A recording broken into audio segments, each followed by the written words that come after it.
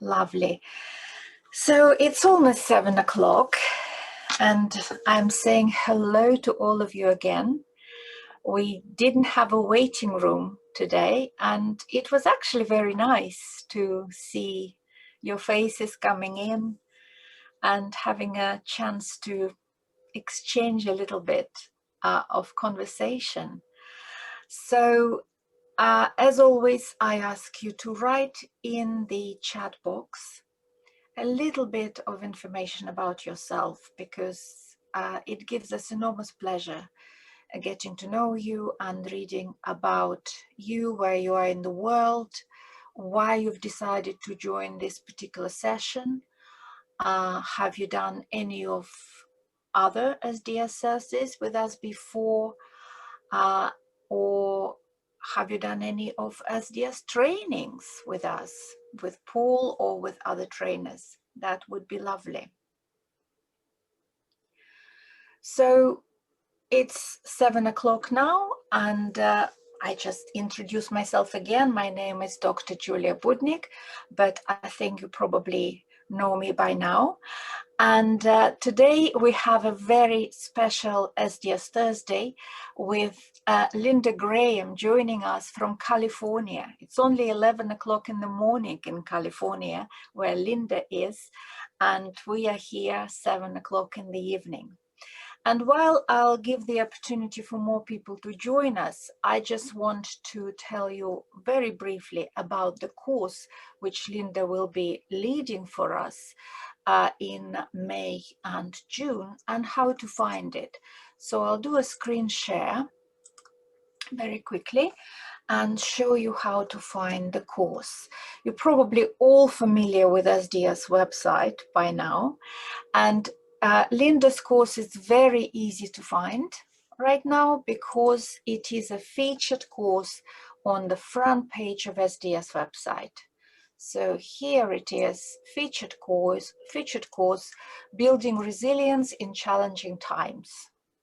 What more appropriate topic we can think of? I think it's incredibly appropriate. And when we discussed it with Linda, we actually tried to put all the challenges and problems which we're facing into the course outline. So it should be really, really useful course, helping clients cope with adversity, loss, stress, and trauma.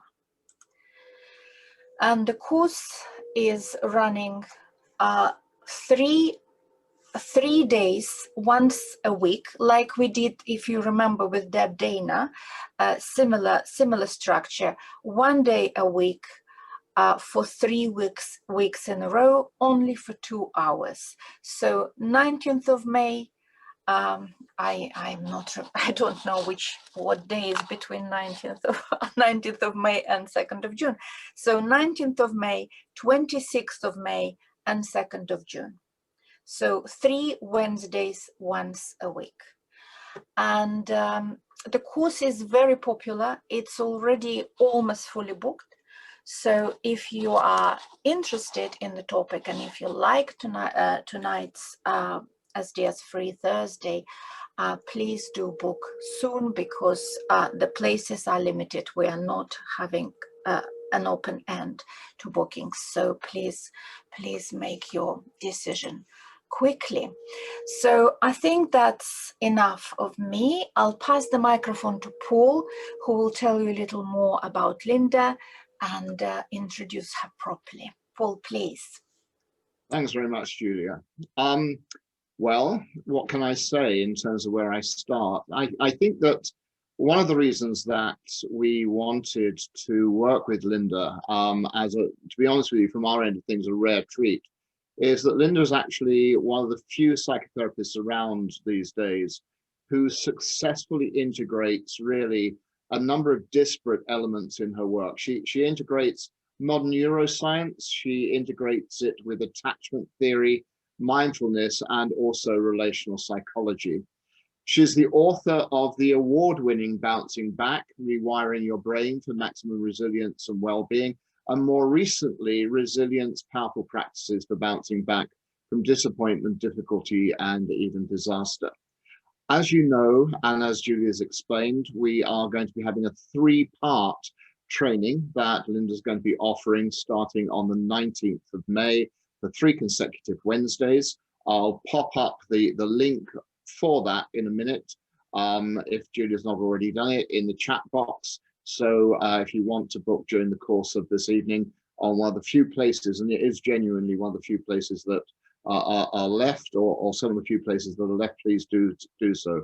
But apart from that, I know that you're going to have a great time with Linda this evening, and I'm going to be joining in and looking forward to it as much as I'm sure that you are. And I would say, Linda, over to you. Thanks very much. Thank you, Paul and Julia, and I'm pulling up my slides. Hopefully that works.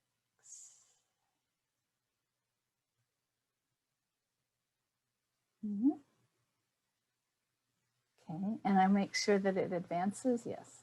Okay. So again, thank both of you, Paul and Julia, for providing many, many excellent trainings to help clinicians refine and deepen their skills in supporting and guiding clients through any of the sorrows and struggles they're facing in their lives, including the uncertainties and the unknowns of the ongoing coronavirus pandemic. So this conversation tonight really is to create the context and the framework for the upcoming 3-part webinar series, Building Resilience in Challenging Times, helping clients cope with adversity, loss, stress, and trauma. Of course, mental health professionals help clients develop and recover their capacities of resilience, their capacities to cope quickly and skillfully with any difficulties and disruptions and even disasters in their lives all the time. In this series, I want to address practices to develop and strengthen capacities for resilience in ourselves as human beings, as well as for the clients that we serve. For clients and clinicians alike, the need to be resilient doesn't ever seem to go away. No matter how skillful we become, how competent, how adept, how wise we become, no one can completely protect themselves from the reality of life, that bad things happen to good people. No one is immune to facing hardships in life. So whether our clients want help coping with a series of small disturbances, they lose their car keys and their wallet minutes before they have to drop their kids off to school before they go on to an important meeting at work, to the troubles and tragedies that break their hearts and sometimes break their spirits, being the victim of a violent crime or navigating a hostile divorce, to the utter catastrophes that change their lives forever. They or a family member gets a diagnosis of lung cancer or of COVID. So whatever our particular theoretical orientation or therapeutic modality, helping clients develop skillful and effective strategies for coping with the heartaches and hardships of their lives is fundamentally foundational to their survival and their well-being. It is the core of the therapeutic process. It's the heart of the work that we do. And our competence and compassion are especially needed in times of sudden upheaval and radical transition, such as we're experiencing with the ongoing coronavirus pandemic. So we and our clients are facing real fears and real griefs from real losses right now, and tremendous underlying uncertainty about the future. We've been awash in collective anxiety and cumulative angst for more than a year. So I want to normalize how normal it is for us and our clients to be experiencing a sense of anxiety and instability and overwhelm, not only individually, but as part of collective trauma, as we grapple with the loss of what we knew our lives to be, and work very, very hard to create and adjust to a new normal. So tonight, I'll simply set the stage for the upcoming series by presenting some of the principles from the behavioral sciences and modern neuroscience that inform and guide building resilience through any therapeutic modality in preparation for the many practical tools and techniques that I'll actually offer in the 3-part webinar series. However we practice psychotherapy, we can learn to help clients recover from adversity, loss, stress, and trauma in ways that are safe and efficient and effective. So I want to share a quote from Kelly McGonigal, who's a health psychologist at Stanford University. This is from her book, The Upside of Stress: Why Stress is Good for You and How to Get Good at It. Resilience is not about being untouched by adversity or unruffled by difficulties. It's about allowing stress to awaken in you these core human strengths of courage, connection, and growth.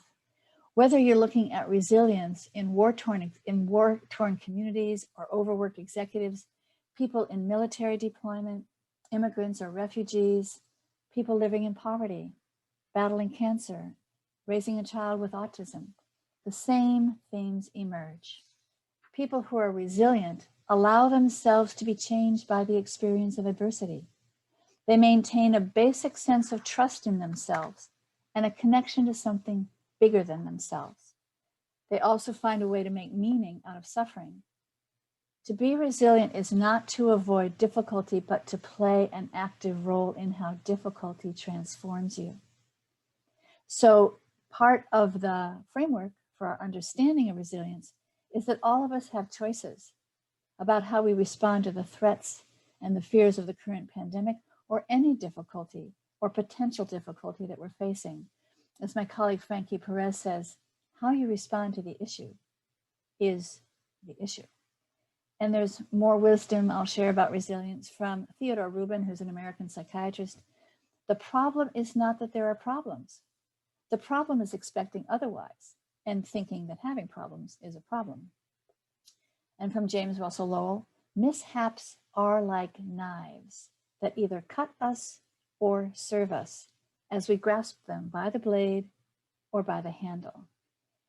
And then from my friend Janet Friedman, catch the moment, make a choice. And from the environmental activist Julie Butterfly Hill, every moment has a choice and every choice has an impact. And that's the trajectory of resilience. Catch the moment, make a choice, every moment has a choice, every choice has an impact.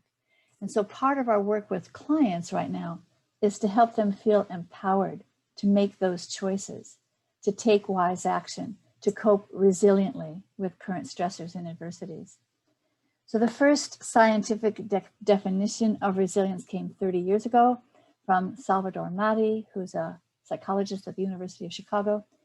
He defined resilience as stress hardiness, high performance under stressful conditions. And in the last 30 years, we've learned so much about resilience and the resilience mindset, from resilience being studied in psychology, in the behavioral sciences, and in modern neuroscience. So traditionally, resilience has been seen as having three components. The severity of the external stressors that we're having to cope with, it's very different coping with a fender bender than coping with a car accident where we're injured than causing the death of a child in a car accident. And the second is the external resources that we have to draw on: family and friends, strong social networks, financial resources and financial security, health insurance, and services like employment agencies or hospitals or counseling. And our own internal resources, capacities like grit and determination and discipline and perseverance, and compassion and clarity and courage, including moral courage to do the right thing, which is our integrity. So our understanding continues to evolve, and now modern neuroscience teaching us how the brain works, how capacities in the brain develop and can be recovered, focuses on the capacity innate in our brains of response flexibility. How we perceive an event, how we react to that stressor, shapes our behavior and shapes our sense of ourself as resilient or not. Can we perceive accurately what's happening? And can we respond skillfully and flexibly to what's happening? Can we shift perspectives? Can we cultivate the capacities to choose our responses? It's true that shit happens. It's also true that shift happens too. And resilience as response flexibility is innate in human beings because it is innate in the human brain. So I can review these three essential paths for that capacity of resilience innate in the brain to develop and mature in the first place. The first is role models. We grow up, we always have in our lives, people that we observe and we know them, people we know from news or literature or film or history. We learn how other people manifest their resilience. Children learn resilience from cartoon characters. We look for the qualities in other people that we would like to strengthen in ourselves. Courage, determination, perseverance through hardship and adversity. How do other people do it? And how can I do it? Experience, and we especially learn resilience from experience. An African proverb says, "Smooth seas do not skillful sailors make." We learn from mistakes and failures and misfortune, how to fall down 7 times and get up 8, as the Japanese proverb says. And here's another piece of wisdom. It's a longer quote from John Roberts, who is Chief Justice of the United States Supreme Court. But it's not a political opinion, and it's not a legal opinion. It's the wise psychological advice he gave in his commencement speech at his son's middle school graduation. From time to time, in the years to come, I hope you will be treated unfairly so that you will come to know the value of justice. I hope that you will suffer betrayal because that will teach you the importance of loyalty. Sorry to say, but I hope you will be lonely from time to time so that you don't take friends for granted. I wish you bad luck, again, from time to time, so that you will be conscious of the role of chance in life and understand that your success is not completely deserved and the failure of others is not completely deserved either. And when you lose, as you will from time to time, I hope every now and then your opponent will gloat over your failures. It is a way for you to understand the importance of sportsmanship. I hope you will be ignored so that you know the importance of listening to others. And I hope you will have just enough pain to learn compassion. Whether I wish these things or not, they're going to happen. And whether you benefit from them or not will depend upon your ability to see the message in your misfortune. So seeing the message in your misfortunes is key. It's an essential ingredient in cultivating the resilience mindset, which we will explore in the 3rd webinar in the series. The 3rd powerful path for developing resilience, or not, is the client's early attachment conditioning, which embeds our earliest patterns of responding to stressful events in our unconscious implicit memory, and which without intervention will continue well into adulthood. So our earliest experiences with our earliest caregivers kindles and shapes the maturation of the brain. Developing or not, the 3 R's of resilience: regulating the nervous system and regulating our emotions, especially fear and shame, which are 2 of the biggest derailers of our resilience. Relating to ourselves and to other people with awareness of self and attunement and empathy with others. And whether we trust ourselves or other people to draw on the resources we need to be resilient. And responding to events, how much response flexibility we have in our choices of responding and overriding our automatic habits of responding. So experiences with our earliest caregivers kindles the maturation of the brain's capacities to regulate the nervous system at first by our nervous system being regulated by other people. To regulate our emotions at first by our emotions being regulated by other people. To learn to attune to our own and other people's emotions at first by having those emotions attuned to by other people. To be able to empathize with ourselves and with others by having other people empathize with us. To develop a sense of self-awareness by other people reflecting back to us a sense of ourself. Our response flexibility likewise is shaped by us being seen as flexible by the people around us and other people responding flexibly to us and to all of our behaviors. So we develop an inner secure base of resilience when all of that goes well. We trust ourselves and we feel competent to navigate the world. We will feel less secure and less trusting of ourselves if that doesn't go so well. And we learn more about the impact of attachment conditioning and attachment trauma on the brain and on our resilience in the 2nd webinar in the series. For now, whether those early attachment experiences were optimal or less than optimal, we learn tools throughout the series that our clients can use now to recover and strengthen their resilience. And our evolving understanding of resilience leads us to see resilience as a mindset. A mindset is a core belief system of what's true. A mindset is a kind of inner compass that filters our perceptions and shapes our choices of responses. In a resilience mindset, there's a stressor. There's our perception and response to that stressor. There's our perception of ourselves in how well we're responding to that stressor. So every event becomes a cue to practice resilience. And this resilience mindset, which is also called learned optimism or a growth mindset, shows up and creates new responses to new stressors. And we can begin to see ourselves as resilient and to begin to claim that we are resilient and know that we can learn to be more so. Swami Satchidananda says you can't stop the waves, but you can learn to surf.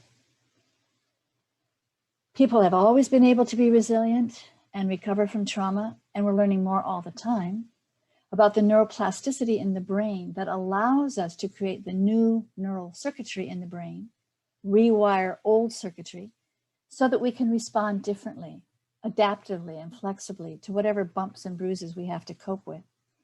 Even rewiring memories of events long in the past that can still derail us now. We can use what we're learning about neuroplasticity to make that entire process more reliable, more safe and efficient and effective for our clients.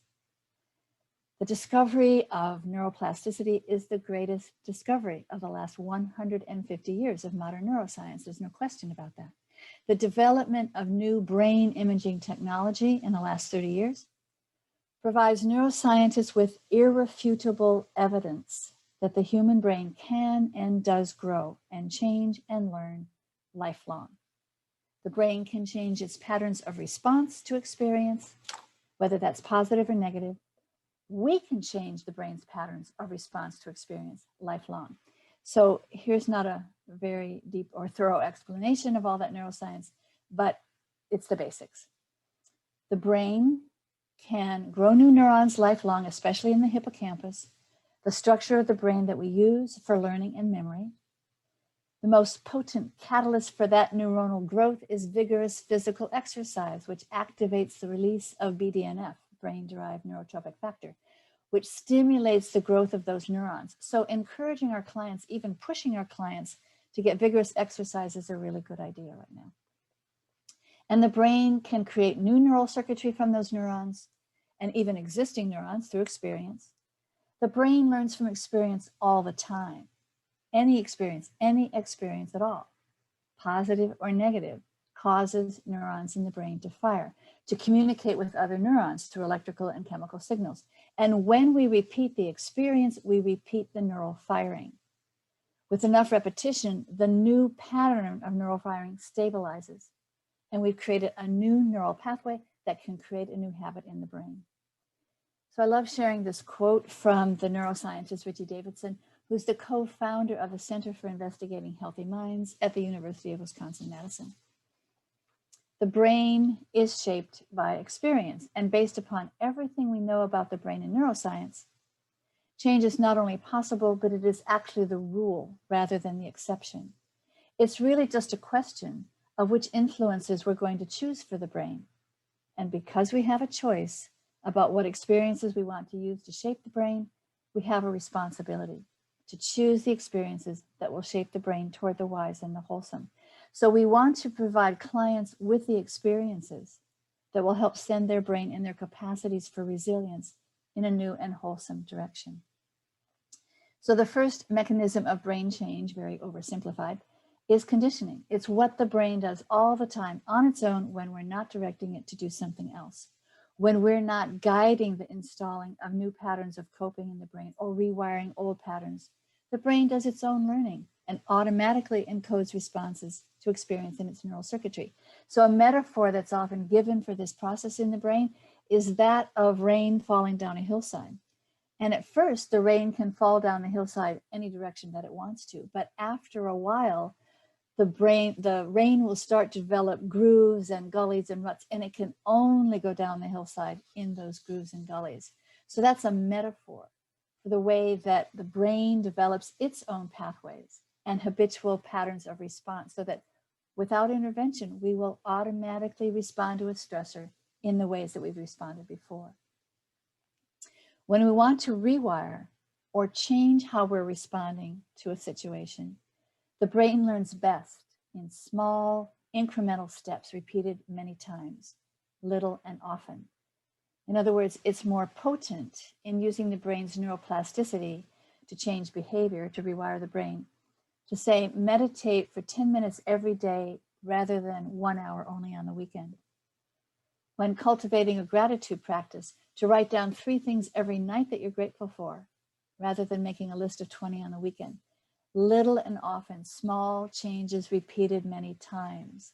That's how the brain learns and changes the best. The easiest way to create new brain change is through new conditioning. We do that, of course, with every new experience that creates new patterns in response to difficult or distressing situations.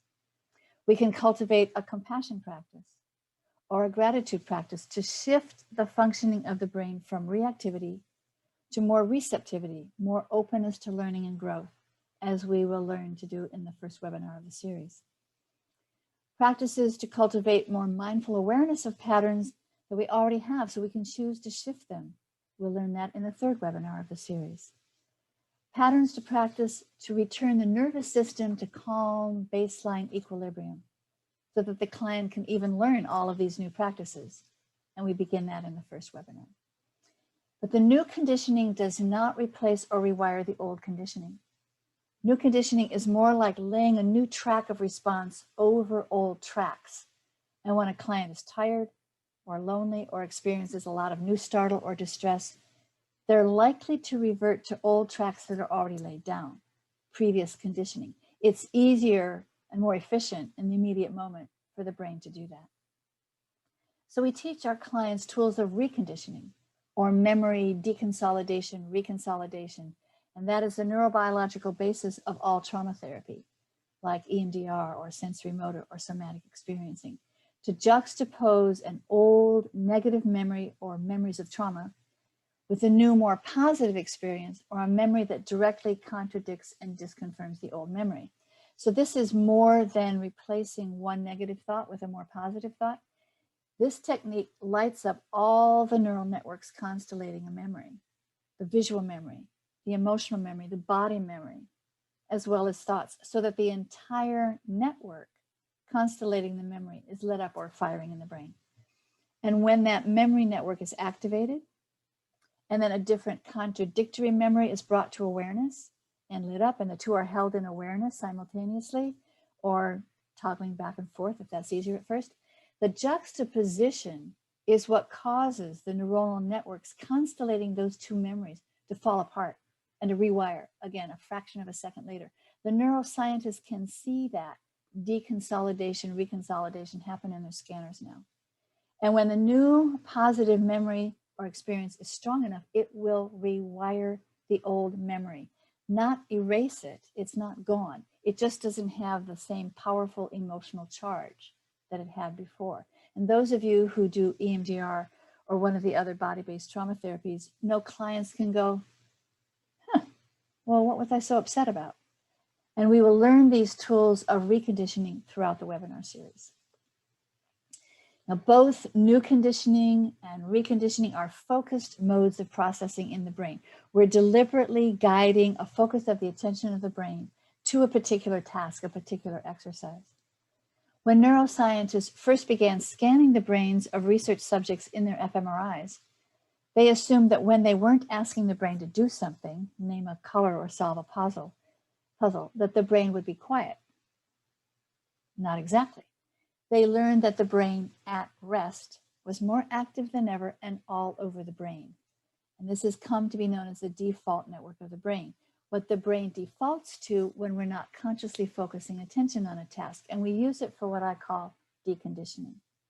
So deconditioning uses the mental play space of the default mode network of the brain to create changes in the brain's patterns of coping. And we can experience this form of processing anytime we fall into a daydream or a reverie, where the brain makes its own associations, its own links, it connects the dots in a new way on its own.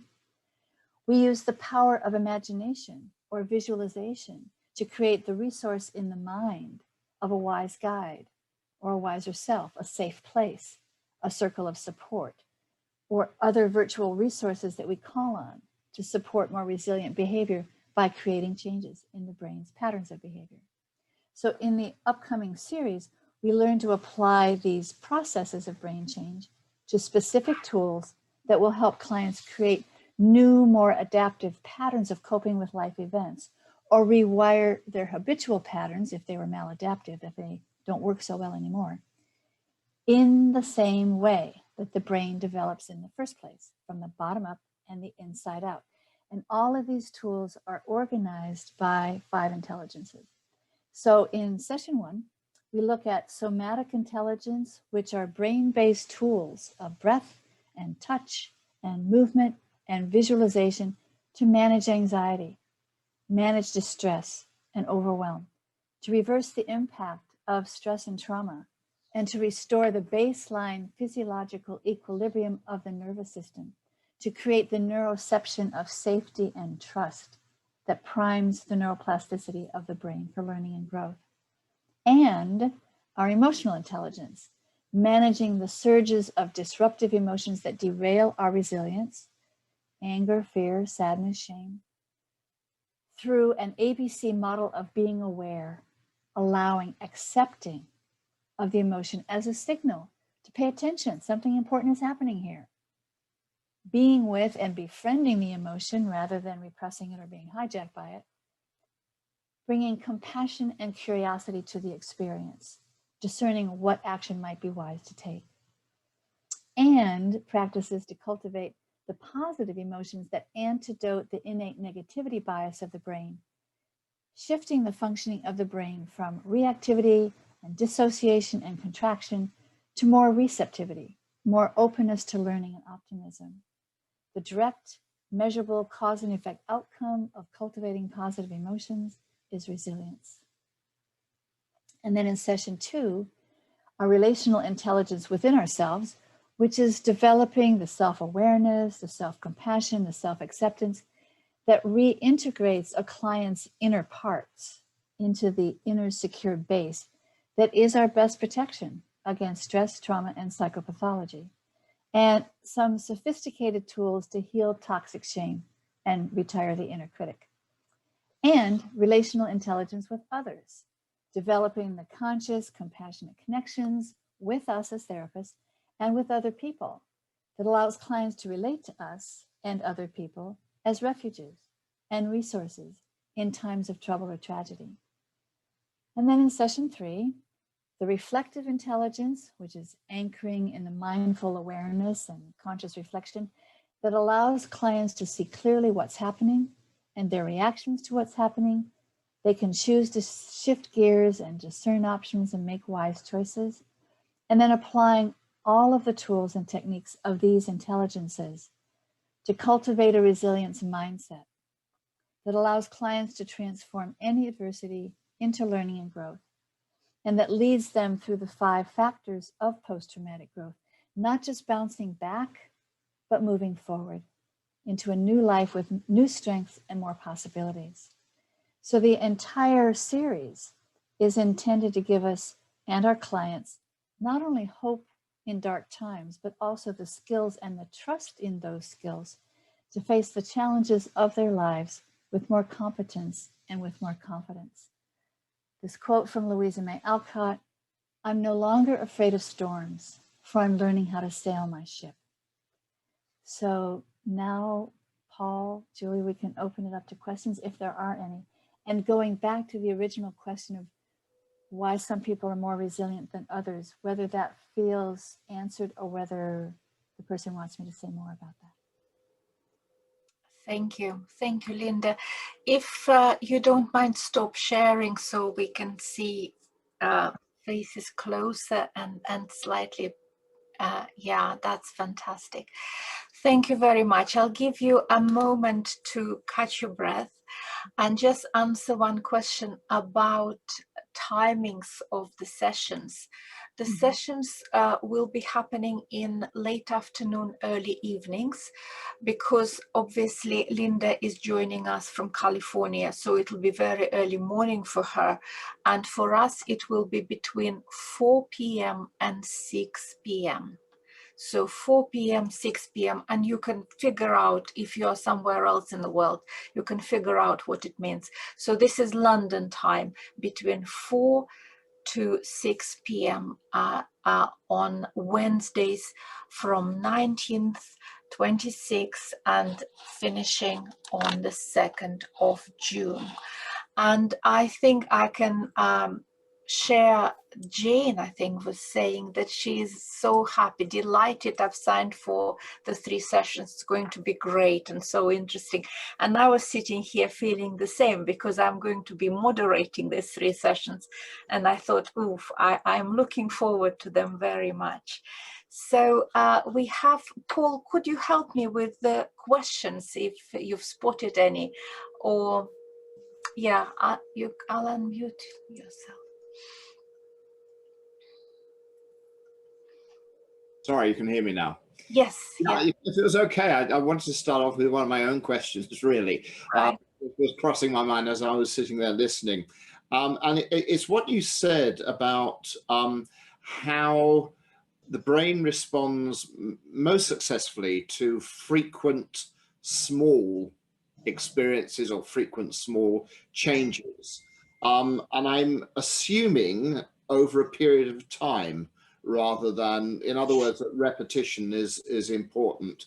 And I just wondered, because this, I think, is, I think there's an enormous amount of truth in what you're saying, but I guess for all therapists as well, we know that our clients vary enormously in terms of their ability to do frequent, small, but ongoing changes or repetition, really. I just wondered what your thoughts were on what it is that's helpful for clients to be able to get into the habit of doing that.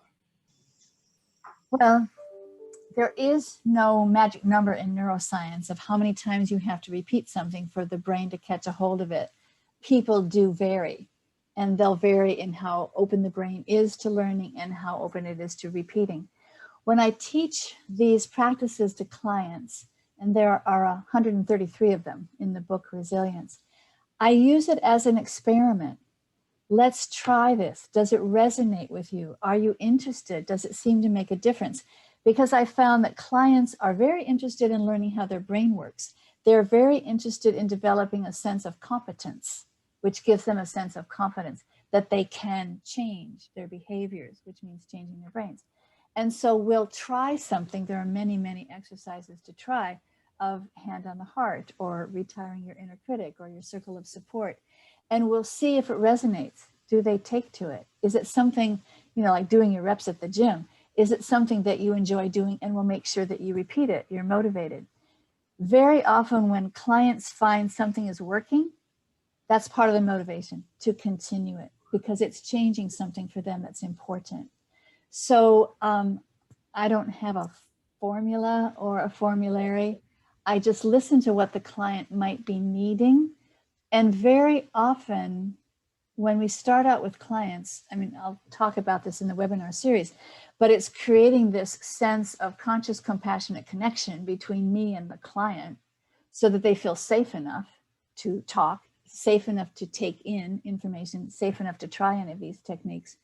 So I'm really listening first to their sense of safety and trust with me, safety and trust of themselves.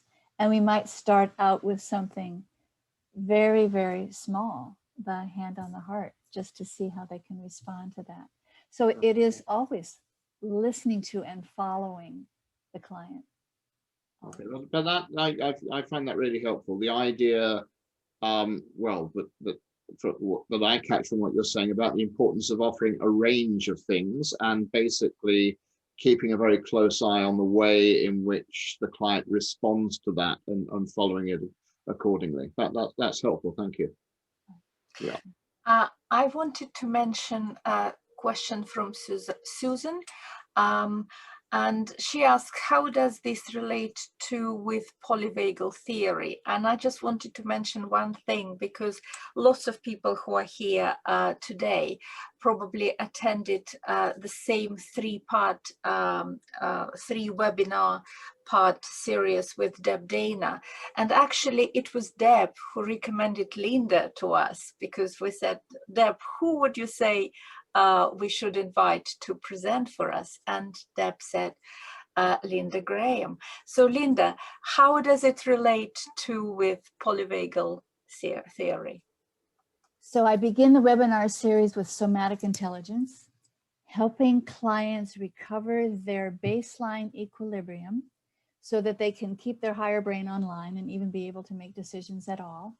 And I will be presenting the two models of the nervous system, the traditional autonomic nervous system of sympathetic and parasympathetic, and then Deb's model of polyvagal theory, and talking about the validity and the benefit of both models, and then the differences, because again, some clients and some clinicians will resonate more with one model than another. The key about Deb's model, when she talks about helping clients feel safe, and that is they get to tell their stories, their narrative, and they get to look at their actions, their behaviors, and they get to explore their feelings, their emotions, but they come down to an embodied sense of presence in their bodies, their sensations. And so her model is really creating a paradigm shift in the field, that the nervous system underlies everything else that we could be doing with our clients. And of course, trauma therapists know we have to have the client in a sense of safety and presence in their body if they're going to be able to do anything else. So I start with the somatic intelligence. I present Deb's model as well as the more traditional model, and then lots of tools to work with breath and touch and movement and visualization to help the clients recover whatever it's called, the window of tolerance, the range of resilience, their zone of safety, to recover that state, the ventral vagal state, to recover that state, because from there they can learn all of the other tools. Thank you. Thank you. There's lots of questions about recordings of this session and of the sessions which you will be doing for us in May and June. These sessions are always recorded, and you can find them in different places. You can sign up to our YouTube channel. I always list these sessions on the YouTube channel. You could sign to our Facebook page or Facebook group, Therapist Toolkit, Resources and Networking. I list them there as well. And also this session will be listed as a video in the web page, which where you can purchase the 3-part seminar. So plenty of places to find this session. If you still can't find it, get back to us, we will send it to you. As for the webinar itself, we will be recording it. At the moment, we don't have any plans to sell it on afterwards. So what you need to do is to book on the webinar. And if you can attend, you attend. And if you can't attend all 3 sessions, you will be receiving recordings afterwards. So the only way to make sure that you get it is to book on the course in advance, and then the recordings will be available to everyone who has booked on the course. I hope it makes sense. Paul, I don't know, have I missed any other questions? No, you covered it well, thanks. Yeah. I think lots of people just saying thank you, what a fascinating session, and I'm sure it'll be even more fascinating over the 3 weeks which we will spend together with Linda. And for now, I just can say thank you very much, Linda, for doing this for us for free. It's really, really nice. And thank you all for coming. You can unmute yourself and say goodbye and wave. And it's always a very, very nice part of the session. And we meet again on the 13th of May, and that'll be Paul leading a session on self-esteem. So until then, bye. Bye-bye. Bye. you. Bye. Bye-bye. Thank you. Bye. Thank Great you. stuff. Thank you. Bye-bye. Bye. Bye. Thank Bye-bye. Bye. Thank you. Bye. Thank you. Bye. Bye. Bye, everyone. Thank you. Good to see you. Bye. Bye. Take care.